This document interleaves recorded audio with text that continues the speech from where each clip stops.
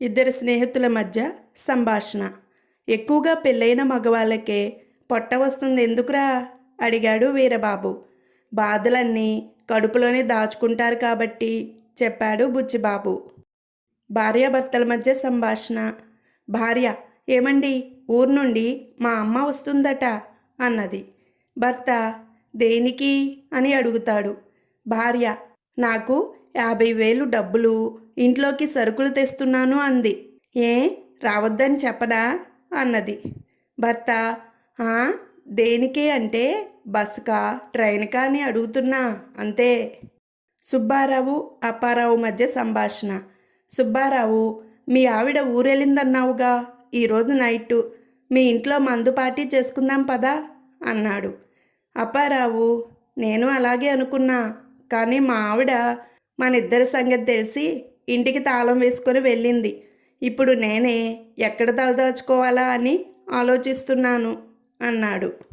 Traffic కానిస్టేబుల్కి lorry driver మధ్య సంభాషణ.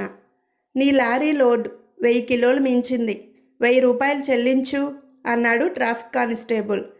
మీరు మరీను 1000 రూపాయలు 1000 కిలోలు ఉంటుందా అని అడిగాడు డ్రైవర్. రామాయమ్మ సుబ్బాయమ్మ మధ్య సంభాషణ.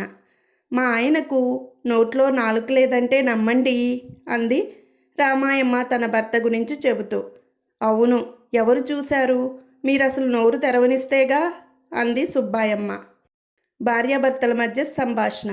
భర్త, ఏమైంది, అంత దీర్ఘంగా ఆలోచిస్తున్నావు అని అడుగుతాడు.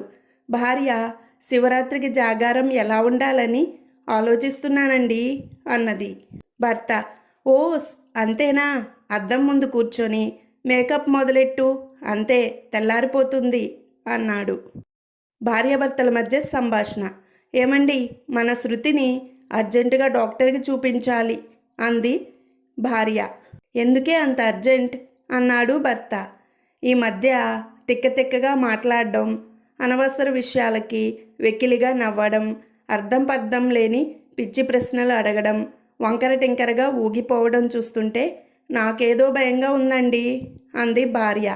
ఓర్ని, ఈ మాత్రం దానికే అలా పిచ్చిదానిలాగా ప్రవర్తిస్తుందంటే టీవీలో పెద్ద యాంకర్ అయిపోయి లక్షలు సంపాదిస్తుందిలే, నువ్వు కంగారు పడుకు అన్నాడు భర్త. కోర్టులో జరిగిన సంభాషణ. జడ్జి, విడాకులు ఎందుకు కోరుతున్నావు అని అడుగుతాడు సరళని. సరళ, మా ఆయన తిన్న వెంటనే గిన్నెలు ప్లేట్లు కడిగి నా పరువు తీశాడు అన్నది. జడ్జి, మంచి విషయమేగా, అలాంటి వాడు దొరకడం నీ అదృష్టం కదా అన్నాడు. సరళ, కడిగింది మా ఇంట్లో అయితే పర్వాలేదు, అలవాటు ప్రకారం బంధువుల ఇంటికి వెళ్ళినా, చివరికి హోటల్కి వెళ్ళినా ఆయనే ప్లేట్లు కడిగేస్తున్నాడు అన్నది.